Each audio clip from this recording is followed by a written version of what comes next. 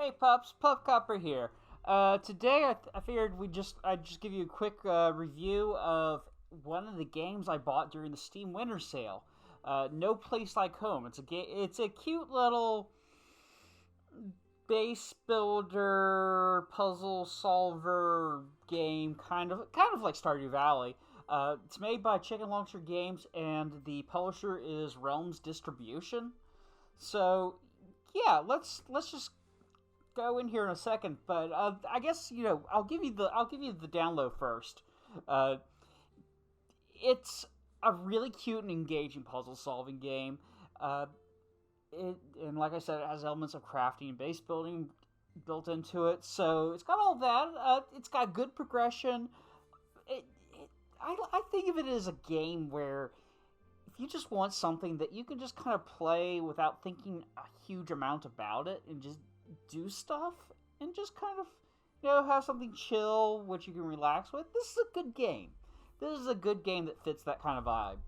uh, yeah, I mean, but at the same time, it's got a lot of depth to it. It's got a lot to keep you coming back and opening the game up on a regular basis. And even though it's in early access, it's a lot of it's there, and it's just really really well done so far. So basically, the premise behind this, and this goes to another point I like, is that it's got some good lore to it. Is that you're playing this girl who goes to visit her grandfather on his farm, and you're one of not many people who stayed on a heavily polluted Earth after everybody decided to pick up and go to Mars. So yeah, it's got a neat little premise to it, and you just explore. There's a little bit of combat. It's nice. It's nice and gentle and very low stress. So I'm just gonna play here, and I've got a save game which is about 77 hours now, not 77, and I'm on day 30. But I'll click on one of these cute little animals. How about the puppy dog? And we'll just I'll just give you an idea what the tutorial looks like, and yeah, chickens are a recurring theme. Chickens are a very big recurring theme in this game.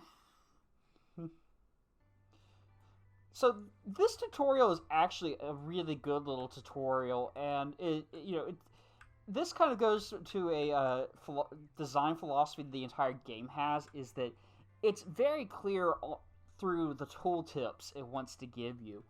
Or the tooltips it gives you are very clear on what they want you to do and what they expect you to do. So like, here's the movement thing. I can access my quests, inventory, encyclopedia, map. Pretty standard stuff here. So if I hit my spacebar here, I can vacuum up some of this trash that's everywhere.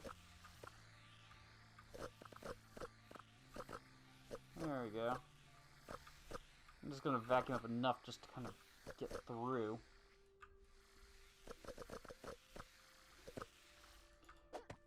There you go, and you've got these bigger bundles of trash. So there's an element of collecting too, and different types of these yield different materials, and we can't cut through those right now because our drill is too puny.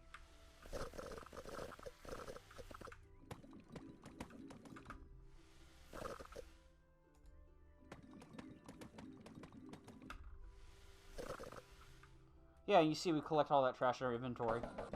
Yeah, and we can't collect that either. And then, it's telling us, yeah, you need to do this stuff to, like... I wonder why it has mashed potatoes on that. So yeah, we'll just do this. There you go, you get some stuff there. And we could just plant... There you go. You figured out how to plant. We sucked up the seeds. We just put it down. It's really good. And we just replenished our water there.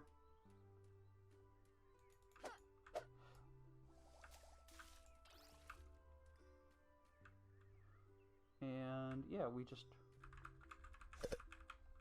get some potatoes.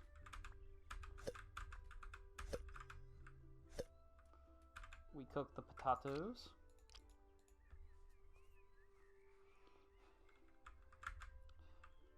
yeah, so you really get the idea here of kind of what we're trying to do.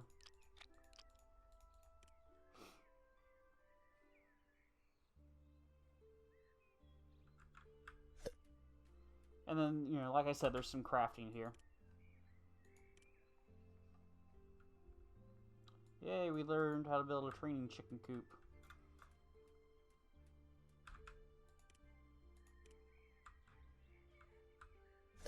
And we just suck that up into inventory. And, you know, this is kind of the little insidious thing about this game. You see all these, like, decaying ruins of civilization here, but it's relatively upbeat, so you can kind of miss it, but it's kind of dark when you think about it. Like, there's this highway overpass there. It's just kind of one of those nice little bits of lore. Okay, chickens. Chickens. 5. Where was I supposed to build this? There we are.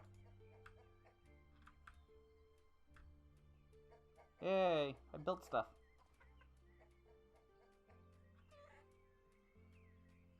Okay, yeah, this is where we get the little boxy thingies that we can use to climb places. And we give that to the llama. He likes that. Yep, that's just what I did. And, you know, it's kind of obvious what you're supposed to do here, but they spell it out for you. You press the button to open the gate.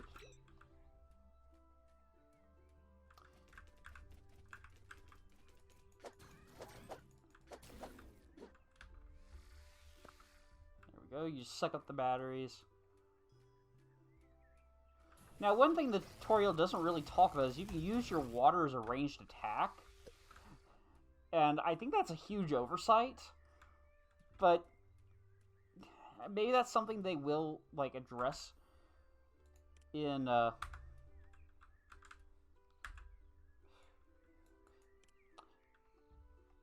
they will address while the game is in early I mean, the game's early access still, so maybe they'll address that in time.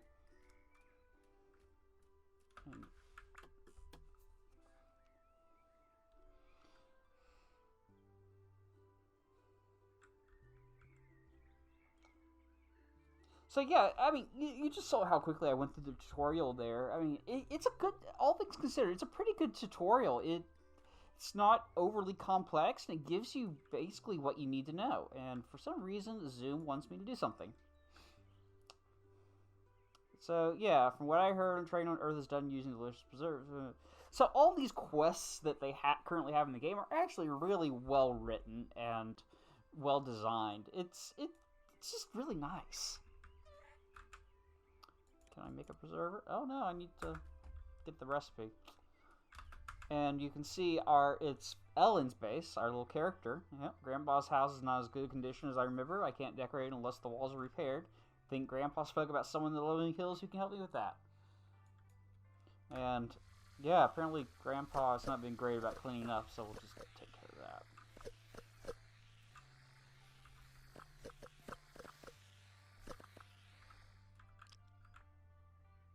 And the bed is the save point you can kind of figure out. Although, again, this is another one of those things where the tutorial doesn't really tell you this, but it's kind of useful to know, and it took me a while to get this hint from online, or around online, but if you let Ellen just, you know, you won't exhaust yourself like Stardew Valley, like where once it becomes 2 a.m. you fall down asleep and you're dragged back to your home and put to bed. She'll just keep going. She'll move slower at night, but she'll just keep going, and the game will autosave at 5 a.m., but you don't lose any health or anything like that. So, you know, that would be nice to mention. It's a mechanic that probably should be mentioned, but yeah. Oh yeah, we're getting a bunch of little things here, and you know, the downside about the little quest line things that they give you is you don't necessarily know what they do until you build it, and you know, it starts doing stuff, and you realize, oh, this is actually important. Yeah. And you'll see here, this is one of my gripes, is the farming system. It's a decent little system. It's a decent little system. But I would, the limiting factor, and I guess they want to limit this to limit the rate at which you progress through the game, because one of the things I do really like is how smooth the progression is. But there's no way to craft these little farm plots. You just kind of have to destroy trash and get these little plots by random chance. So it would be nice if there was a way to craft them and maybe use garbage to do that, because you wind up with a lot of garbage that it just becomes very tedious to recycle that into recyclable materials. And yeah, and then and then the other thing about quests is that, yeah, sometimes you have no hint about why you're doing a thing until you actually complete it or do it, and then you realize, oh wait, this was important. This is a game changer. This is a critical mechanic. But yeah, you can see there's a little bit of mazes. There's some stuff you can dig up. You get different types of materials, based on the look of these different trash bundles.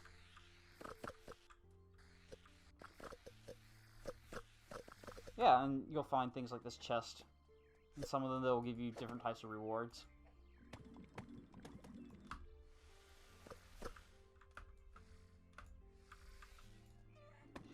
Yeah, so this is basically part of the course. Every time you open up a new area in the game, you just have to clear it out of trash. But since trash and rubble and all that are critical for some of the game's mechanics, you do have ways of getting more of it if you need it.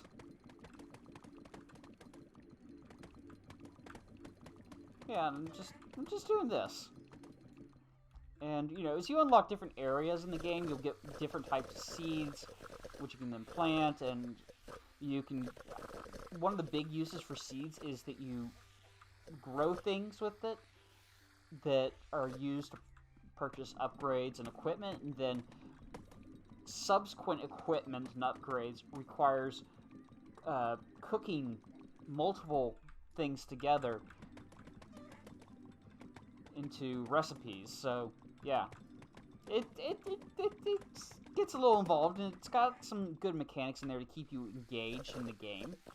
So yeah, I mean, I feel like like I said at the beginning of this, that the developers have done a good job designing a game that's low stress, low stakes, but which is still engaging and keeps you coming back. Yeah, I wholeheartedly recommend getting it. And by the way, I'm in no way sponsored by the developer. This is just me reviewing this game on my own, since there don't seem to be too many reviews or playthroughs of this game. I figure this was... Oh, yeah, another thing. I figured this was, like, worth looking at.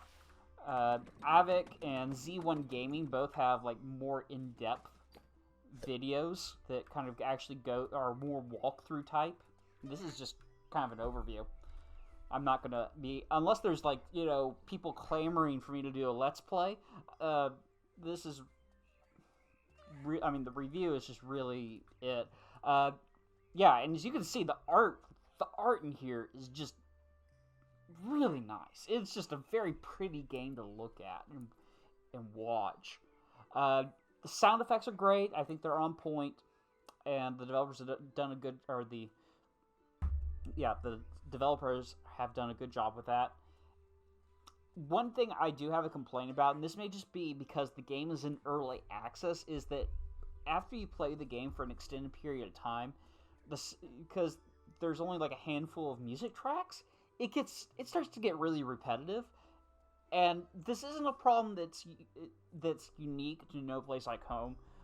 Dyson Sphere Program has the same problem, but you can just turn the music off or turn it down to the point where it just isn't a huge issue, and they may add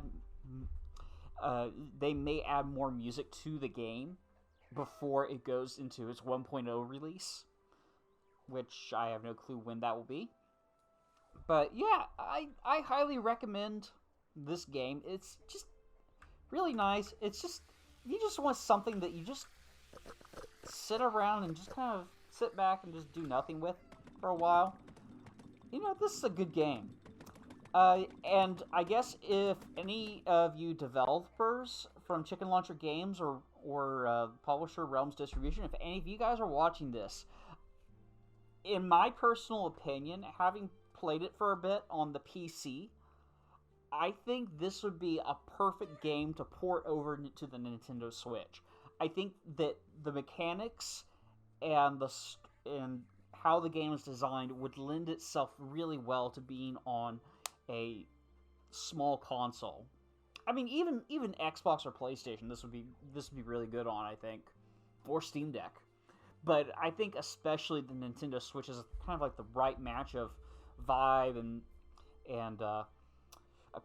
hardware to really be cause this to be a killer app on it. So yeah, that's just kind of my 5 cents about No Place Like Home. Again, I highly recommend it. It's got a lot of replayability. It's interesting. It's also something that's so low stress, low stakes that you can just sit back and play it and just kind of enjoy it. And it's just nice. So yeah, have you pups played No Place Like Home? What do you think? Let me know down in the comments below. And if you haven't watched any videos on my channel before, well then, and if you like this video, well then hit the like button and subscribe to stay tuned for more videos from me, Pup Copper. Arroo!